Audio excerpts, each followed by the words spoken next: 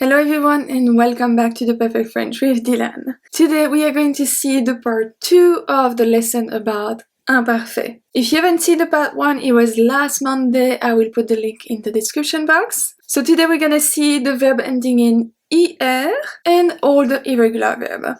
As usual, you can grab the PDF for this lesson on my website, theperfectfrench.com. However, I recommend you to grab the ebook because it's free, you just need to download it.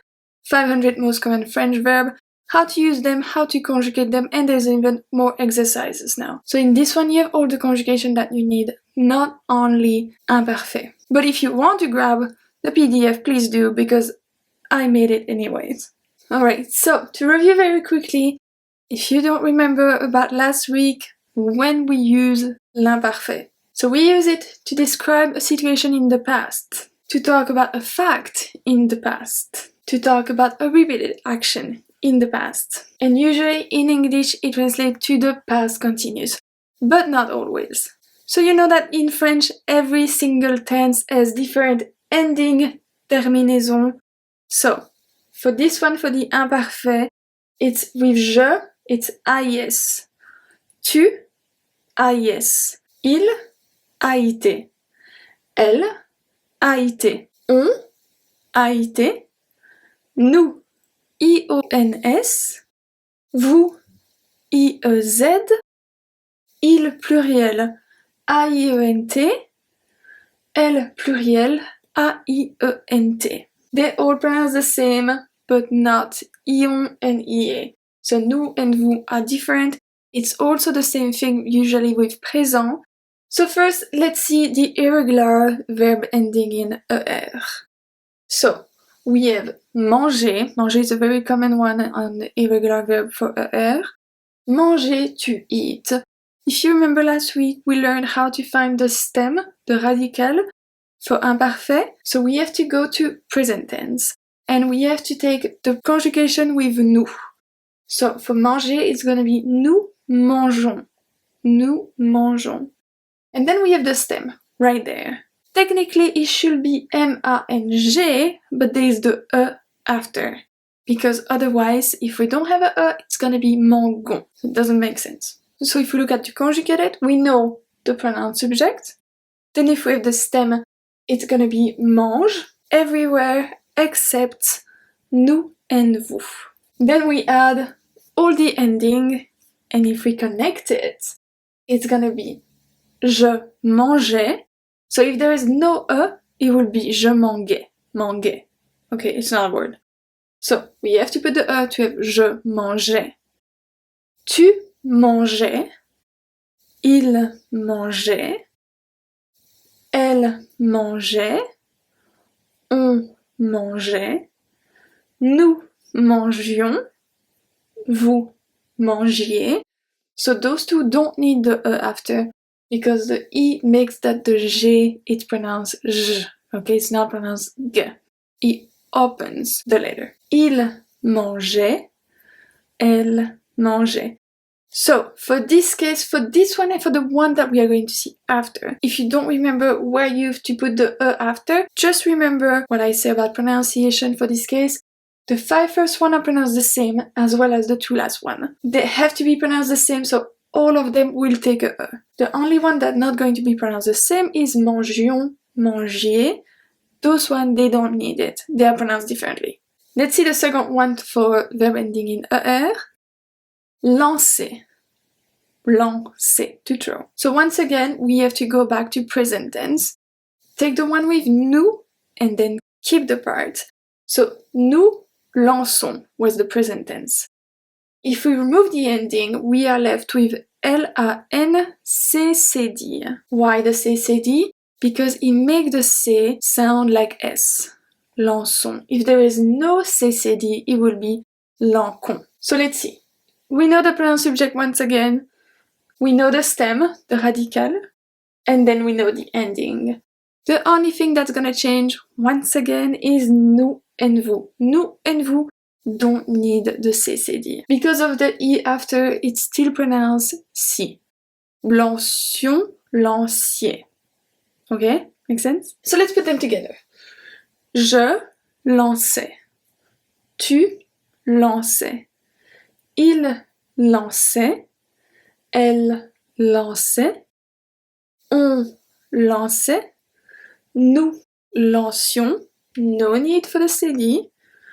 Vous lanciez. Il lançait. Elle lançait. So, all of them pronounce the same, just not nous and vous. Now let's see dormir. So once again, we go back to present tense. Nous dormons. So what we need, we don't need the ONS, so we keep DORM. We know the pronoun subject. We know that the stem is DORM, and we just need to add the ending. If we connect them, we have je dormais, tu dormais, il dormait, elle dormait, on dormait, nous dormions, vous dormiez, il dormait, elle dormait. Pronunciation, once again, the same.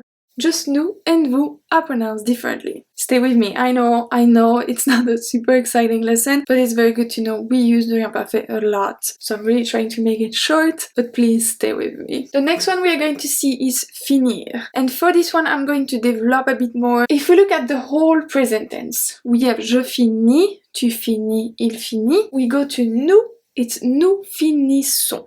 So this is where it's very useful to do that trick with the nous present tense, because for this one we are going to use finissent for all the imperfect. So sometimes, even though it's quite easy to see what the stem is, I always recommend you to do it so you don't make any mistake, because sometimes it's not as obvious as it is. If you look at finir, it doesn't seem like a very hard verb. Maybe you will say finet if you don't put ESS, finir, I don't know. But you see that the verb change a lot, you probably did not expect that, so I always recommend to go back to present tense just to check. Also, 90% of the verb are verb ending in er, so if you come across a verb that's er, you know that the stem is right there, it's not going to change. So you only have to do that for all the other 10% of the verbs. That being said, I don't want to make it too easy for you, because remember that the one you will use the most are also the irregular one. Because you know, French is fun. So let's go back at finir. We saw that nous finissons. So we are going to remove the ONS, so we are going to keep F-I-N-I-S-S. We know the pronoun subject, we know the stem finisse, then we have to add the ending. And if we connect them, it's je finissais, tu finissais, il finissait, elle finissait, on finissait, nous finissions, vous finissiez, il finissait, elle finissait. So, pronunciation again. Finissait, the only two that pronounce differently. Finissions, finissiez. Now let's see faire, to do, to make. If we take a look at the present tense with nous, it's nous faisons. So we get rid of the ONS, we are going to keep F-A-I-S. So we know the pronoun subject, we know the stem, and we have to add the ending. So we have je faisais, so it's a Z sound, and the AI is pronounced like a E. Je fais. Je faisais, okay? Je faisais, tu faisais, il faisait, elle faisait, on faisait, nous faisions. Vous faisiez, il faisait, elle faisait. I don't think I have to tell you which one I pronounce differently. I think you got that. Now let's see another one, like finir. It's very useful to go back to present tense to make sure that you have the correct stem. It's croire, to believe. So if you go to nous croyons, it's C-R-O-Y. So we don't keep the I like the verb infinitive, we are going to replace it with Y. So we have pronoun subject, stem, croix, with Y, and then the ending. And then if we put it together, we have je croyais, tu croyais, il croyait, elle croyait, on croyait, nous croyions, Ok, do you hear? Nous croyons, ions. Vous croyez. Il croyait, elle croyait. Now let's see two very interesting verbs that I have not shared on this channel before. They are in my book, they are at the end, I think the last pages, because we use them a lot and they have a very, very specific conjugation. The first one is falloir, to be necessary. So it's exactly like in English, we have only one way to use it for each tense. For you, when you use it, for us, it's il. And that's the only way that we can use this one. The other one, they don't even exist. Do not go back to present tense to find the stem, because in present tense it's conjugate il faut. So it doesn't work for imparfait. The stem stay like the verb, it's gonna be F-A-L-L. And then we just add AIT. That's all. So if you put it together, il fallait. Il fallait. It was necessary. Il fallait. And the second one that's exactly the same as this one is pleuvoir. Pleuvoir, to rain. It's also a verb that's only conjugated with il as it in English. So the stem is P-L-E-U-V. It's already in the verb. If we put them together, it's il pleuvait. Il pleuvait. So next week we'll see the differences between imparfait et passé composé. It's a very requested topic and I know a lot of people trouble with that. So that's gonna be the part 3. It's gonna be for next week. So don't forget to subscribe to not miss it. Like this video. Leave me a comment if you have a question about French, about anything. I will do my best to help you. You can connect with me on my Instagram, my Facebook page and this YouTube channel. And I will see you soon for another lesson.